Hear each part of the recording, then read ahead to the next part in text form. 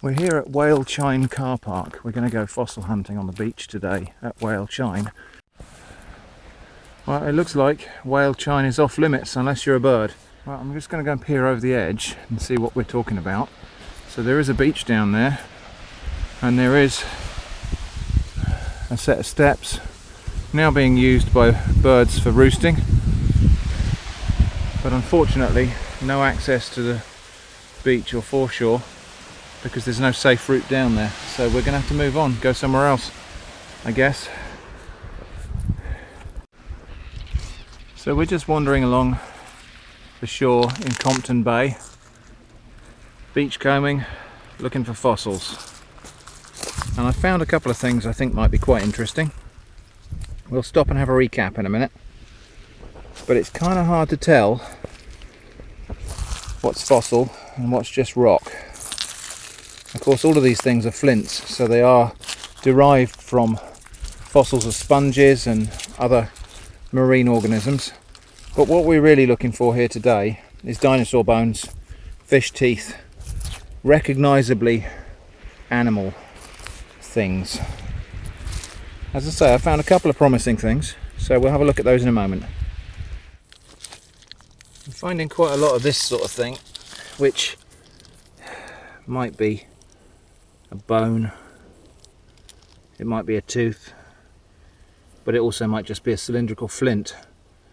It's not very recognisable, so I'm not going to go home with a big bag of maybes. I would rather go home empty-handed.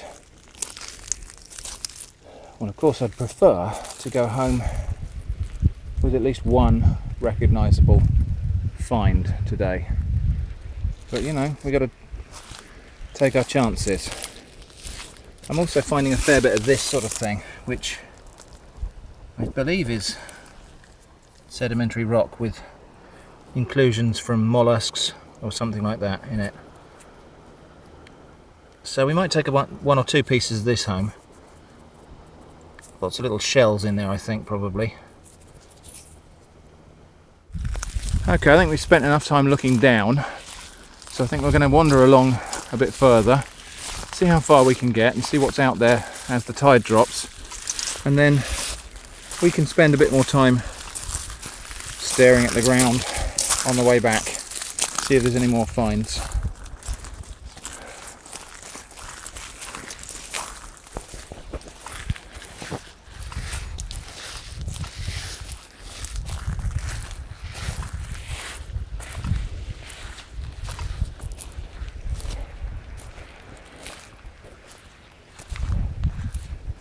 Let me know in the comments if you spot a dinosaur that I haven't spotted.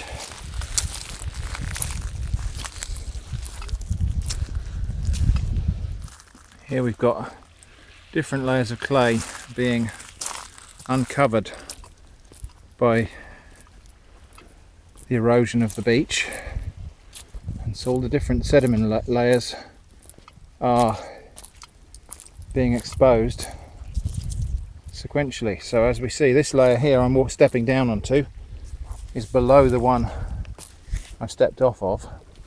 So I am, as I'm walking out here, I'm walking backwards in time. I don't know if that's going to lead me anywhere particularly interesting right now, but let's have a look and see if we can see anything really interesting out on this last little shelf out here.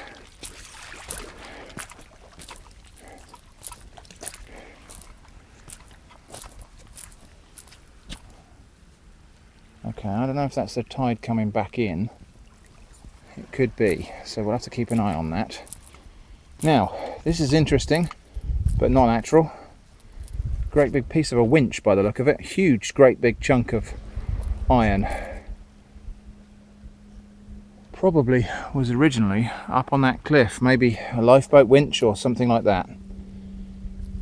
But of course, the cliff has receded backwards as it's been eroded. So we're now on one of the lower strata here, but it is all still soft clay, and so at the edges it's breaking into chunks and falling into the sea. I understand that somewhere along this coast you can actually observe dinosaur footprints in the lower sandstones, but I don't know where to look for that, so unless we stumble across it, we're not necessarily going to see that today. So here again we can see the layered sediments that were laid down, and you can see the way that the erosion is just peeling them away one layer at a time. And so each of these layers would probably be a successive flood or a successive tide when these sediments were originally laid down a very, very long time ago, because this layer here is the bottom layer out of that cliff over there.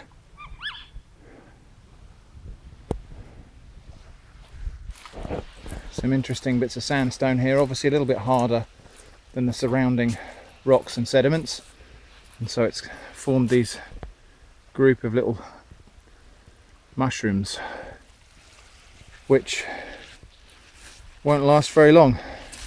It's sandstone, it's beaten by the sea twice a day, so eventually these will weather away and just become part of the beach.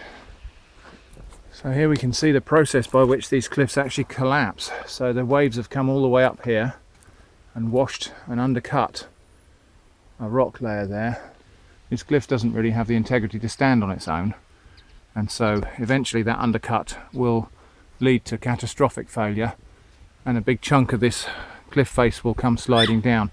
And you can see, look, it's happened there, it's happened further along there. So this is the process by which the beach is made, and this is partly why the beach is brown. That's topsoil mixed with sand. While we're here, let's just have a look at these limpets, because it's not accidental that these limpets all seem to be sitting in little indentations in the rock. Now the limpets didn't find those indentations, they made them, and so the edges of their shells are kind of serrated, and they've got a very powerful sucker foot on the bottom of their body, and so as they bed themselves down they just grind their way into the rock. And if you don't believe me, look, we can see some indentations there that are made by limpets that aren't here anymore. But these things stick ever so firmly to the rock. You usually find that you can move them a tiny little bit by hand when you just touch them first, and then they clamp down tight and you can't move them at all. And they will stay here while the tide is out, and then when the tide comes in they'll move quite a long way. They'll crawl up onto the top there and graze on that algae, and then they'll move back to their little home location, probably all to the same places. Do you know what, it'd be interesting to put coloured dots on them and track them sometime and see if they really do move back to their original spots. It wouldn't surprise me to find that they do. And then they clamp down again while the tide goes out, and then they wait for the next time they're covered up by the sea, which is interesting because if we look, that means the tide is going to come in to about the level of my head where I'm standing right now, so that means I need to make tracks. One of the things I've seen quite a lot of on this beach is this stuff, which I think is iron ore. It's very heavy, obviously the colour of rust, and some of it has quite an organic looking shape, and I did think for a while that I was looking at fossils. Some of it's got kind of flanges on it, makes it look very much like pieces of bone, but I don't believe it is. I think it's iron ore. I'm tempted to gather up some of it and see if we can refine it and actually make our own iron, but that might have to wait for another day.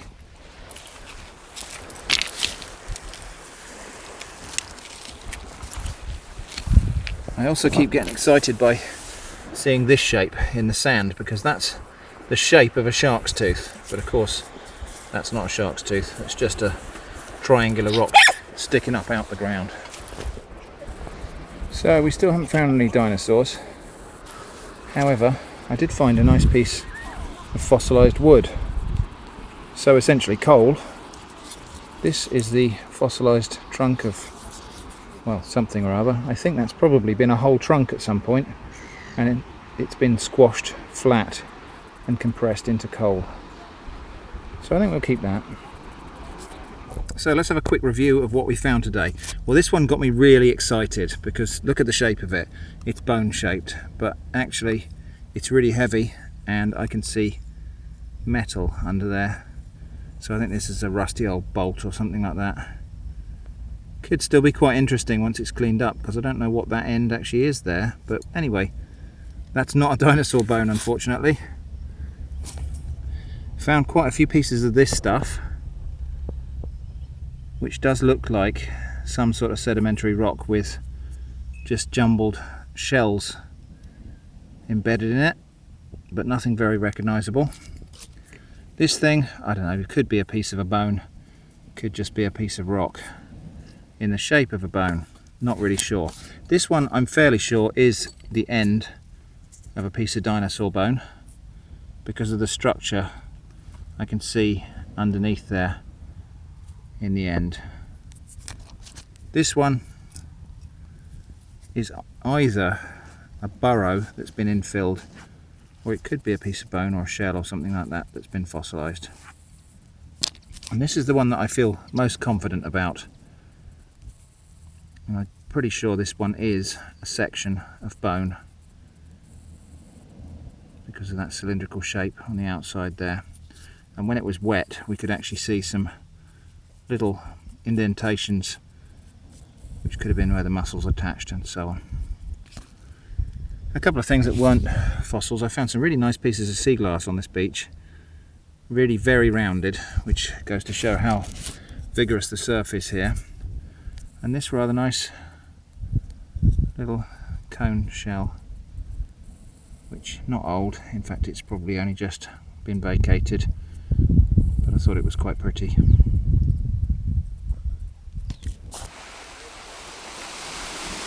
So that concludes our visit to Compton Bay today. Thanks for watching. I hope to see you again soon.